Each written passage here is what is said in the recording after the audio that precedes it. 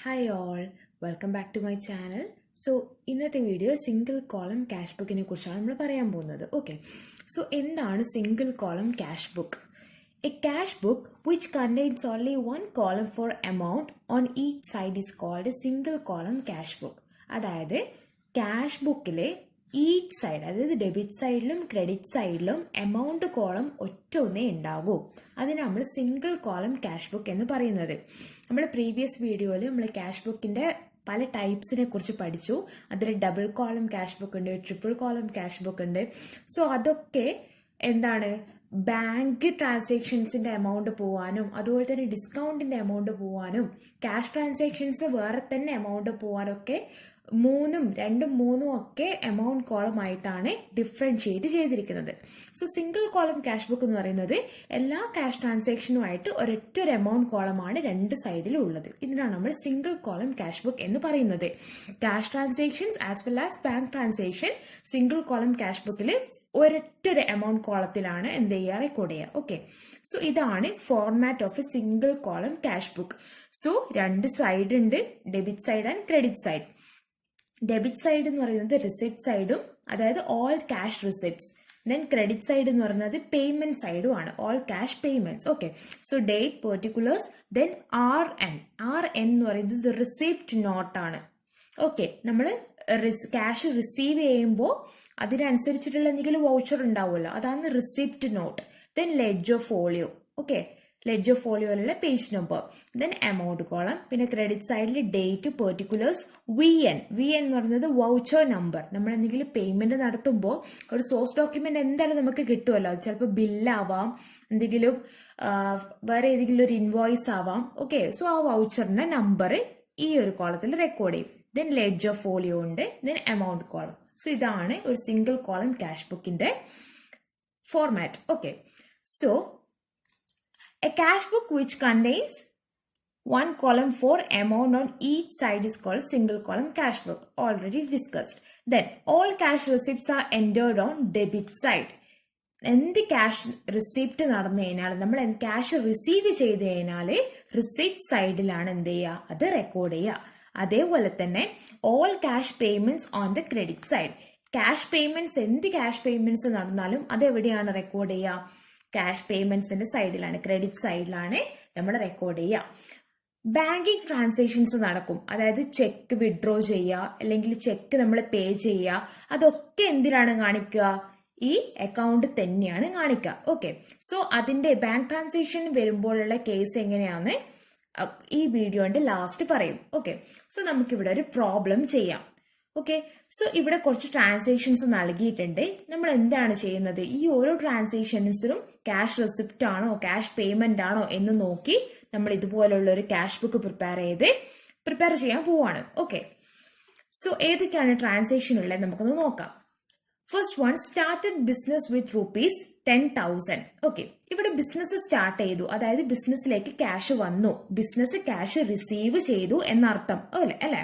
So ഇത് ഏത് സൈഡിലാണ് പോവുക, റിസിപ്റ്റ് സൈഡിലാണ് പോവുക. ബിക്കോസ് ക്യാഷ് റിസീവ് ചെയ്യാണ് ചെയ്യുന്നത് ആര്, business. Okay, so receipt side. Just നമുക്ക് ഇവിടെ ഒരു R എന്ന് കൊടുക്കാം, നോട്ട് ചെയ്യാം. ഓക്കെ, പിന്നെ വരുന്ന ഏതാണ്, purchased furniture for cash.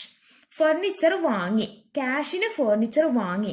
So ഇവിടെ ക്യാഷിന്റെ കാര്യത്തിൽ എന്താ നടക്കുന്നത്, ക്യാഷ് പുറത്ത് പോയി, ക്യാഷ് പേ ചെയ്തിട്ടാണ് നമ്മൾ ഫർണിച്ചർ വാങ്ങിയത്. സോ ഇവിടെ ഒരു ക്യാഷ് പേയ്മെന്റ് ആണ് അല്ലെ, ക്യാഷിന്റെ റിലേറ്റഡ് ആയിട്ടാണ് നമ്മൾ നോക്കുക. ക്യാഷിന്റെ പോയിന്റ് ഓഫ് വ്യൂവിൽ എന്താ സംഭവിക്കുന്നത് അതാണ് നമ്മൾ നോക്കുക. ഓക്കെ, സോ ക്യാഷ് പേ ചെയ്തിട്ട് നമ്മൾ ഫർണിച്ചർ വാങ്ങിച്ചു. സോ ക്യാഷ് പേയ്മെന്റ് ആണ് അവിടെ നടക്കുന്നത്. സോ ഇതെവിടെ നമ്മൾ റെക്കോർഡ് ചെയ്യണം, പേയ്മെന്റ് സൈഡിൽ റെക്കോർഡ് ചെയ്യണം. ഓക്കെ, സോ ഇവിടെ P എന്ന് കൊടുക്കാം. പിന്നെ വരുന്നത് എന്താണ്, പർച്ചേസ്ഡ് ഗുഡ്സ് ഫോർ ക്യാഷ്. അതേപോലെ തന്നെ നമ്മൾ ഗുഡ്സ് പർച്ചേസ് ചെയ്യുന്നു, എങ്ങനെയാണ്, ക്യാഷ് കൊടുത്തിട്ടാണ്, ക്യാഷ് പേ ചെയ്തിട്ടാണ് ഗുഡ്സ് പർച്ചേസ് ചെയ്യുന്നത്. സോ ഇവിടെയും എന്താണ് വരുന്നത്, പേയ്മെന്റ് ആണ് വരുന്നത്. ഓക്കെ, പിന്നെ വരുന്നത് ഏതാണ്, സോൾഡ് ഗുഡ്സ് ഫോർ ക്യാഷ്. നമ്മൾ സെയില് നടത്തി. ഇപ്പൊ സെയില് നടത്തുമ്പോൾ നമുക്ക് എന്ത് കിട്ടി, ക്യാഷ് കിട്ടി, ബിസിനസ് ക്യാഷ് റിസീവ് ചെയ്തു. സോ അതെന്താണ്, ഒരു ക്യാഷ് റിസിപ്റ്റ് ആണ് അല്ലെ. സോ റിസിപ്റ്റ് സൈഡിൽ കൊടുക്കും. പിന്നെ വരുന്നതാണ് ഓപ്പൺഡ് ബാങ്ക് അക്കൗണ്ട്. ബാങ്കിൽ ഒരു അക്കൗണ്ട് തുടങ്ങി, അങ്ങനെ അതിന്റെ അർത്ഥം എന്താണ്, ബാങ്കിൽ അക്കൗണ്ട് തുടങ്ങി ബിസിനസ് ക്യാഷ് എടുത്തിട്ട് നമ്മൾ ബാങ്കിൽ പേ ചെയ്തു. ബാങ്കിൽ പേ ചെയ്തിട്ടാണല്ലോ അക്കൗണ്ട് തുടങ്ങാം. ഓക്കെ, സോ അവിടെ എന്താണ് നടക്കുന്നത്? ക്യാഷ് പേയ്മെന്റ് ആണ് നടക്കുന്നത്. സോ അതെന്താണ്? പി എന്ന് നോട്ട് ചെയ്യാം, പേയ്മെന്റ് സൈഡിൽ റെക്കോർഡ് ചെയ്യണം. പിന്നെ വരുന്നത് ക്യാഷ് സെയിൽസ്. നേരത്തെ പറഞ്ഞ പോലെ തന്നെ നമുക്ക് ക്യാഷ് റിസീവ് ചെയ്യാണ് ചെയ്യുന്നത്. സെയിൽ നടത്തിയിട്ട് ക്യാഷ് റിസീവ് ചെയ്തു, സോ അതെന്ത് ചെയ്യും? റിസിപ്റ്റ് സൈഡിൽ കൊടുക്കും. പിന്നെ വരുന്നത് പെയ്ഡ് ഫോർ സ്റ്റേഷനറി. ആ പേരിൽ തന്നെ നമ്മൾ പേ ചെയ്തു. ഓക്കെ, സോ ആ പേയ്മെന്റ് സൈഡിലാണ് വരാം. സ്റ്റേഷനറി വാങ്ങി, സോ പേയ്മെന്റ് സൈഡിൽ. പിന്നെ വരുന്നത് പെയ്ഡ് റെന്റ്, അതേപോലെ തന്നെ പേയ്മെന്റ് സൈഡിൽ വരും. പിന്നെ റിസീവ്ഡ് കമ്മീഷൻ, അവിടെ തന്നെ ഉണ്ട് റിസീവ് ചെയ്യാണ് ചെയ്യുന്നത്. കമ്മീഷനായിട്ട് നമ്മൾ ക്യാഷ് റിസീവ് ചെയ്യാണ് ചെയ്യുന്നത്, സോ റിസിപ്റ്റ് സൈഡിൽ കൊടുക്കും. പിന്നെ വരുന്നത് പെയ്ഡ് ടു പ്രകാശ്. പ്രകാശ് എന്നൊരാൾക്ക് നമ്മൾ കൊടുക്കാനുണ്ടായിരുന്നു. പ്രകാശ് നമ്മുടെ ഒരു ക്രെഡിറ്റർ ആയിരുന്നു. പ്രകാശിന് പേ ചെയ്തു. ഓക്കെ, സോ പേയ്മെന്റ് നടത്തി, പേയ്മെന്റ് സൈഡിൽ അത് റെക്കോർഡ് ചെയ്യണം. പിന്നെ വരുന്നത് റിസീവ്ഡ് ഫ്രം സുഗു. സുഗു നമ്മുടെ ഒരു ഡെപ്റ്റർ ആയിരുന്നു. ആ ഡെപ്റ്ററിൽ നിന്ന് നമ്മൾ ക്യാഷ് റിസീവ് ചെയ്തു, സോ റിസിപ്റ്റ് സൈഡിൽ കൊടുക്കാം. പിന്നെ വരുന്നത് പെയ്ഡ് സാലറി. സാലറി പേ ചെയ്തു, പേയ്മെന്റ് സൈഡിൽ വരും. പിന്നെ റിസീവ്ഡ് ചെക്ക്. ചെക്ക് നമ്മൾ റിസീവ് ചെയ്തു.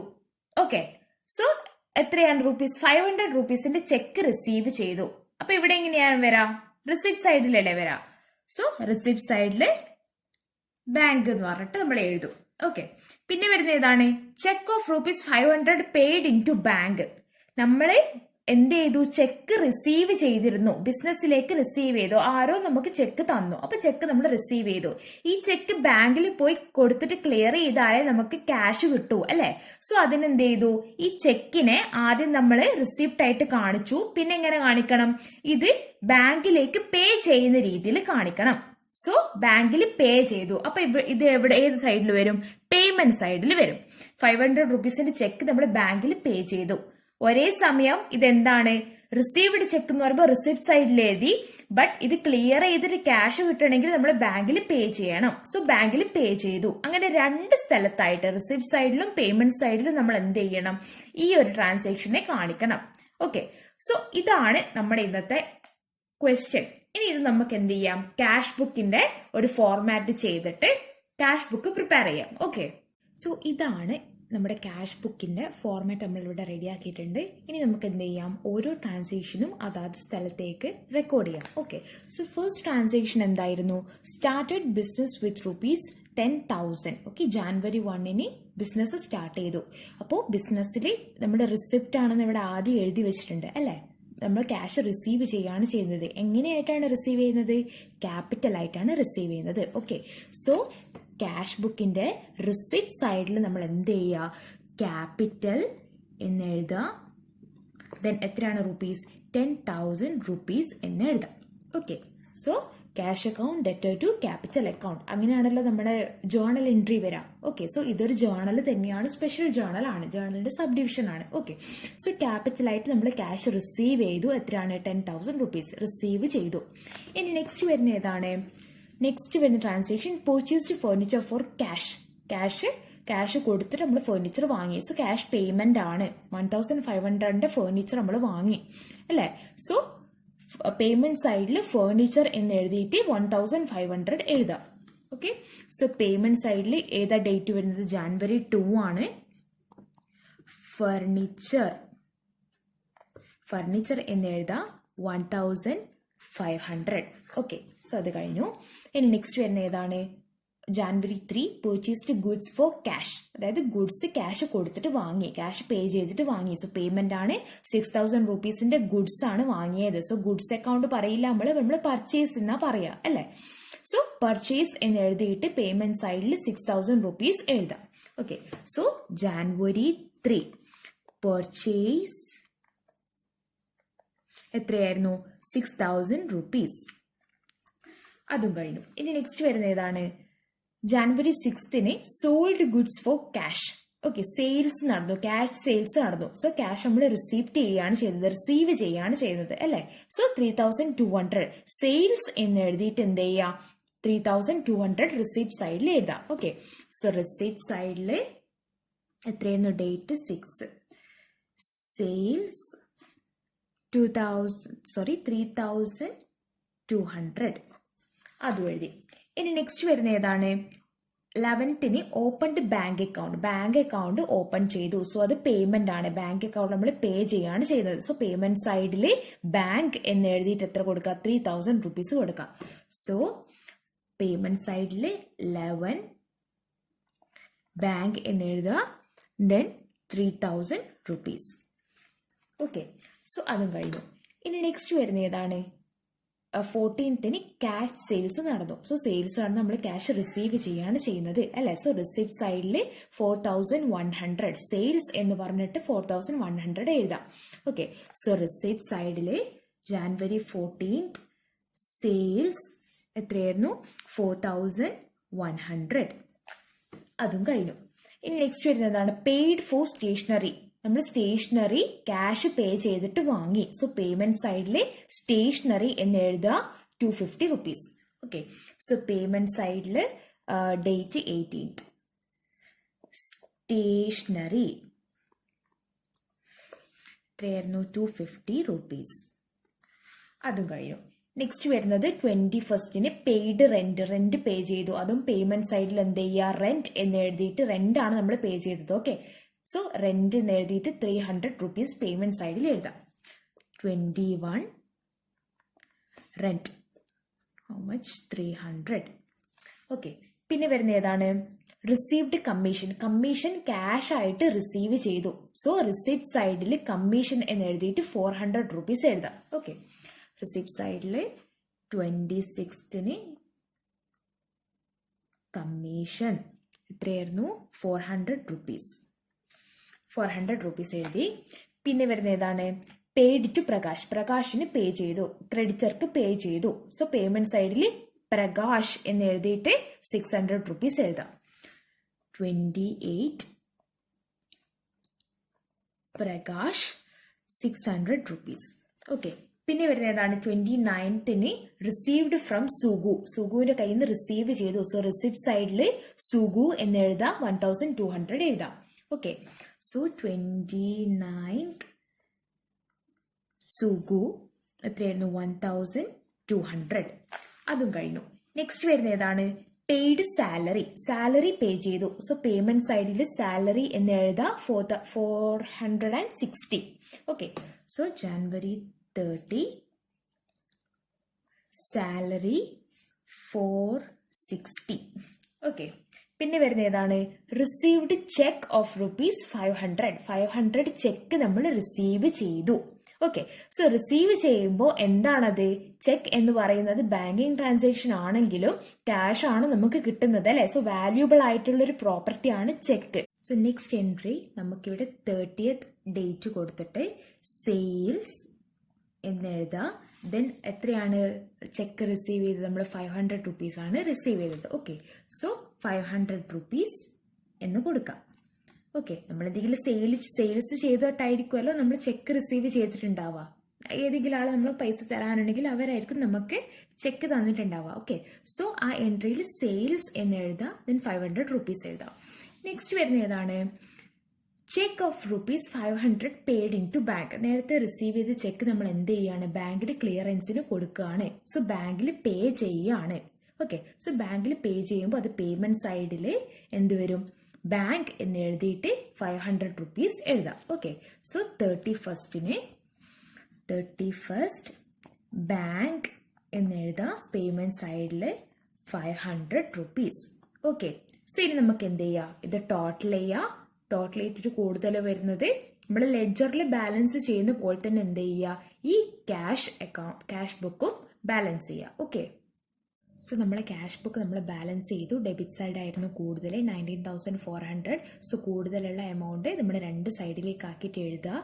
ദെൻ ആ ഡിഫറൻഷിയേറ്റ് ചെയ്യുന്ന എമൗണ്ട് എന്ത് ചെയ്യുക? ബാലൻസ് ക്യാരി ഡൗൺ ആയിട്ട് തൊട്ട് മുകളിലായിട്ട് എഴുതുക. ദെൻ നെക്സ്റ്റ് മന്തിലേക്ക് നമ്മൾ എന്ത് ചെയ്തു? ആ ബാലൻസ് ബ്രോട്ട് ഡൗൺ ചെയ്തു. സോ ക്യാഷ് ബുക്കിൽ എന്ത് ബാലൻസ് ആണ്? ഡെബിറ്റ് ബാലൻസ് ആണ് ഉള്ളത് എന്ന് നമുക്ക് മനസ്സിലാക്കാം. ഓക്കെ, അപ്പം നമ്മൾ ക്യാഷ് ബുക്കിൽ ബാങ്കിങ് ട്രാൻസാക്ഷനിൽ ചെക്ക് റിസീവ് ചെയ്യുന്നതിനുള്ള ഒരു കേസ് നമ്മൾ ചെയ്തു. നമ്മളിപ്പോൾ ചെയ്ത പ്രോബ്ലത്തിൽ ചെക്ക് റിസീവ് ചെയ്യുന്ന ഒരു ട്രാൻസാക്ഷൻ ഉണ്ടായിരുന്നു. അപ്പോൾ നമ്മൾ എന്ത് ചെയ്തു? റിസീവ് ചെയ്തതായിട്ട് ആദ്യം കാണിച്ചു, ദെൻ അത് ബാങ്കിൽ പേ ചെയ്യുന്നതും കാണിച്ചു. ഇനി ചെക്ക് നമ്മൾ പേയ്മെൻറ്റ് നടത്തുക എന്ന് വിചാരിക്കാം. ചെക്ക് റിസീവ് ചെയ്ത കാര്യമാണ് നമ്മൾ പറഞ്ഞത്. ഇനി ചെക്ക് ബിസിനസ് പേ ചെയ്യുകയാണ്, ആർക്കെങ്കിലും ഏതെങ്കിലും ക്രെഡിറ്റർക്ക് പേ ചെയ്യുകയാണെന്ന് വിചാരിക്കാം. സോ നമ്മൾ എങ്ങനെയാണ് അതിൻ്റെ അക്കൗണ്ടിങ് ട്രീറ്റ്മെൻറ്റ് ചെയ്യേണ്ടത്?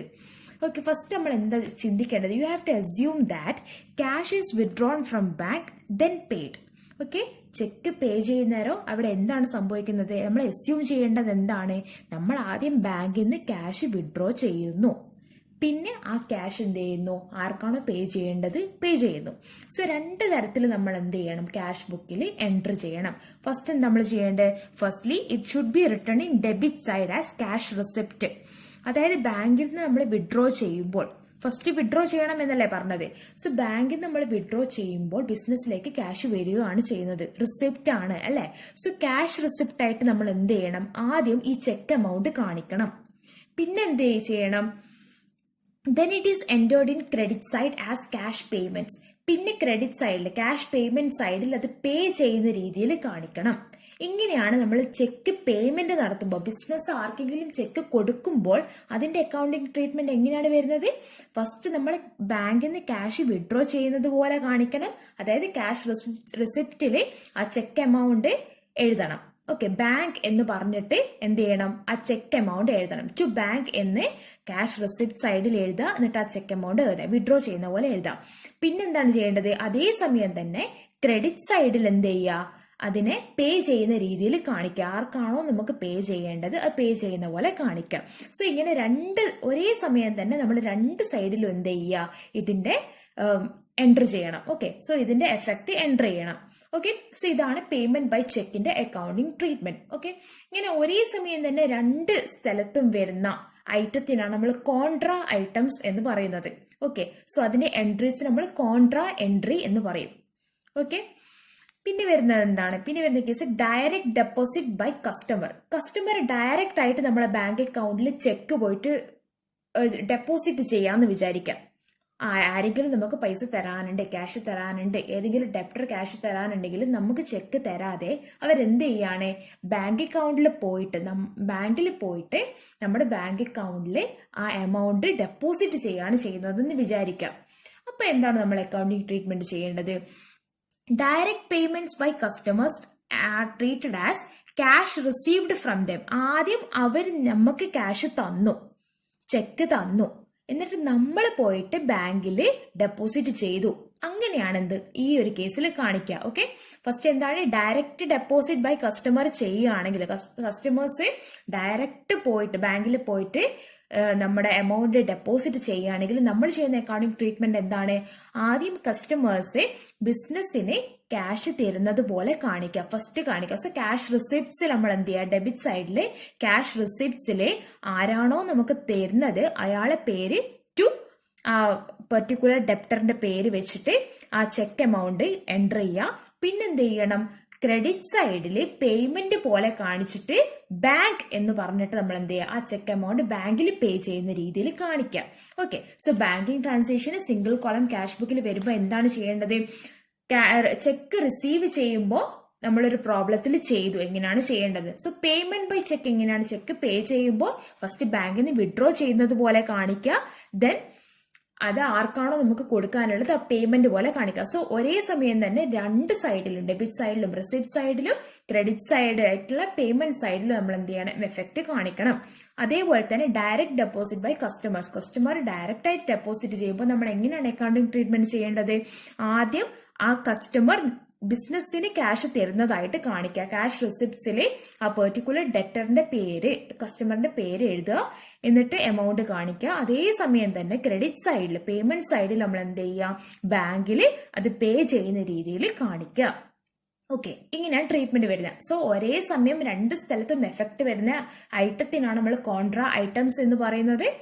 അതിന് നമ്മൾ എൻറ്റർ ചെയ്യുന്ന എൻട്രിക്ക് കോൺട്രാ എൻട്രി എന്നും പറയും. ഓക്കെ, സോ ഇന്നത്തെ വീഡിയോ നമ്മൾ സിംഗിൾ കോളം ക്യാഷ് ബുക്കിനെ കുറിച്ചിട്ടാണ് പറഞ്ഞത്. സോ ഈ സിംഗിൾ കോളം ക്യാഷ് ബുക്കിനെ പറ്റിയിട്ടുള്ള എന്ത് ഡൗട്ട് ഉണ്ടെങ്കിലും കമന്റ് ബോക്സിൽ കമന്റ് ചെയ്യുക. എൻ്റെ വീഡിയോയിൽ നിങ്ങൾക്ക് എന്തെങ്കിലും സജഷൻസ് തരാനുണ്ടെങ്കിൽ അതും ചെയ്യുക. And please subscribe my channel. Thank you.